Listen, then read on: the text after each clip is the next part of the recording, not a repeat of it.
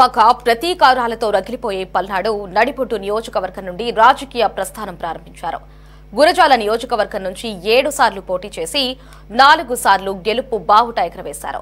Party కష్టకాలంలో పల్నాడులో టీడీపీకి పెద్ద దిక్కుగా మారారు. చంద్రబాబు మాటే శిరోధార్యంగా రాజకీయాలలో ముందుకు సాగిన ఆయన సేవలకు గుర్తింపు లభించబోతోందనే ప్రచారం జరుగుతోంది. ఇంతకీ ఎరపతినేనికి లభించబోయే పదవేంటి? Let's watch the story.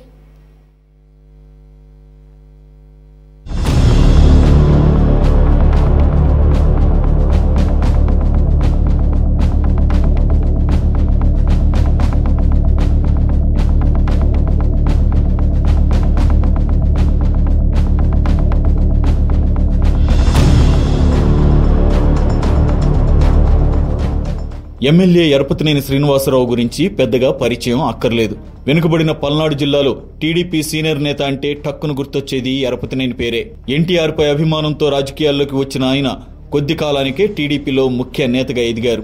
Gurazala నియోజకవర్గం నుండి వరుసగా 7 సార్లు పోటీ చేసిన ఎరపతినేని శ్రీనివాసరావు 4 సార్లు విజయం సాధించారు. టీడీపీ అధినేత చంద్రబాబుకు సమస్యలు ఎదురైనప్పుడు నేనున్నానంటూ అండగా నిలిచారు. మొదట్లో ఎన్టీఆర్, ఆ తర్వాత చంద్రబాబు విశ్వాసాన్ని చూరగొన్నారు. 1994-2009లో గురజాల నుంచి విజయం సాధించిన పార్టీ అధికారంలోకి రాకపోవడంతో ఆయన శ్రమకు తగిన గుర్తింపు దక్కలేదనే చెప్పాలి.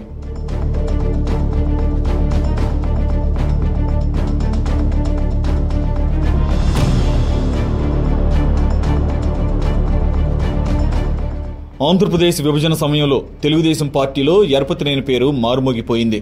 చంద్రబాబు రాష్ట్ర వ్యాప్త యాత్ర చేయాలనే యోచనలో ఉన్నప్పుడు ఎక్కడి నుంచి ప్రారంభించాలనే సంశయం ఎదురైంది. ఆ సమయంలో ఎరపతినేని ముందుకొచ్చి గురజాల నియోజకవర్గం నుంచే యాత్రను ప్రారంభించాలని విజ్ఞప్తి చేశారు. చంద్రబాబుకు తోడు నీడగా నిలిచి ఆత్మగౌరవ యాత్రను గుంటూరు జిల్లాలో విజయవంతం చేశారు.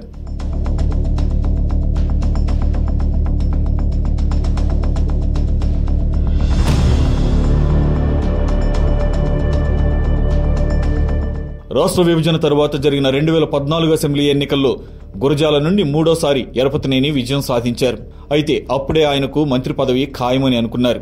కానీ రాజకీయ సమీకరణాల్లో భాగంగా ఎరపతినేనికి కేబినెట్లో చోటు ఇవ్వలేకపోయారు. అయినా ఎరపతినేనికి చంద్రబాబు అధిక ప్రాధాన్యత ఇచ్చారు. ఆ సమయంలోనే ఉమ్మడి గుంటూరు జిల్లాలో ఎరపతినేని తనదైన ముద్ర వేయగలిగారు. పల్నాడులో అనేక అభివృద్ధి కార్యక్రమాలు చేపట్టారు.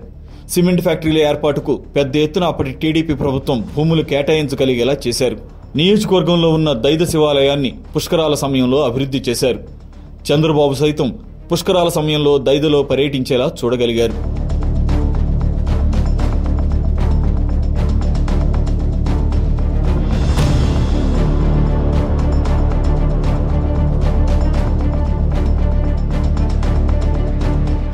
రెండు 2014 సమయంలో పల్నాడు ఉన్న వెనుకబడిన గ్రామాల్లో మావోయిస్టుల ప్రభావం తగ్గుముఖం పట్టడంతో ఎరపతినేని అనేక అభివృద్ధి కార్యక్రమాలు చేపట్టారు. లోకేష్ సాయంతో ప్రతి గ్రామంలో సీసీ రోడ్లు వేయించారు. గర్భిణీ స్త్రీలకు శ్రీమంతం, వృద్ధులకు షష్ఠపూర్తి వంటి కార్యక్రమాలను సొంత డబ్బులతో నిర్వహించారు. ముస్లిం మైనారిటీలు మక్కా వెళ్లేందుకు సొంత డబ్బు ఖర్చు చేశారు. అలాగే క్రైస్తవులు తమిళనాడులోని పవిత్ర క్షేత్రమైన వేళాంగిని వెళ్లడానికి ఎరపతినేని బస్సులు ఏర్పాటు చేశారు. ఇలా సొంత డబ్బులతో అనేక కార్యక్రమాలు చేపట్టి నియోజకవర్గంలో తనదైన ముద్ర వేయగలిగారు. ప్రజల ఆదరాభిమానాలు చూరగొన్నారు.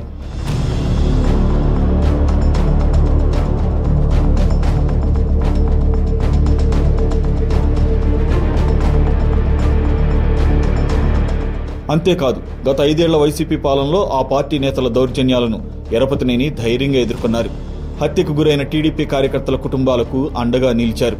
పల్నాడులో తెలుగుదేశం ముఖ్య నేతలంతా ఓటమి పాలైన అధికార పార్టీ అరాచకాలు చేసిన ఒక్కడుగు కూడా వెనక్కి వేయకుండా కార్యకర్తలను ముందుకు నడిపించారు.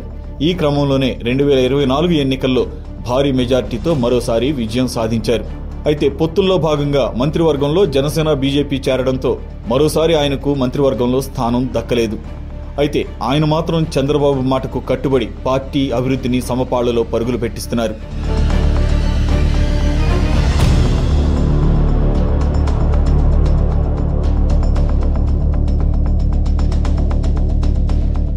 ఎన్నికలకు ముందు నియోజకవర్గ మేనిఫెస్టోలో మాటిచ్చిన విధంగా 3 ఉచిత సిలిండర్లకు తోడు తన సొంత డబ్బులతో 4వ సిలిండర్ కూడా ఎరపతినేని పేదలకు అందిస్తున్నారు.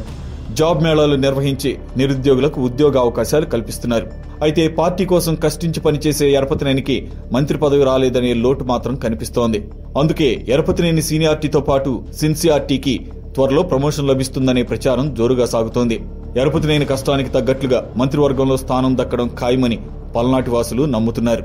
రాజకీయ పరమపద సోపానంలో ఎన్నో ఆటంకాలను చవిచూసిన ఎరపతినేనికి ఈసారి ఖచ్చితంగా మంత్రి పదవి దక్కబోతోందని అభిమానులు చెప్పుకుంటున్నారు.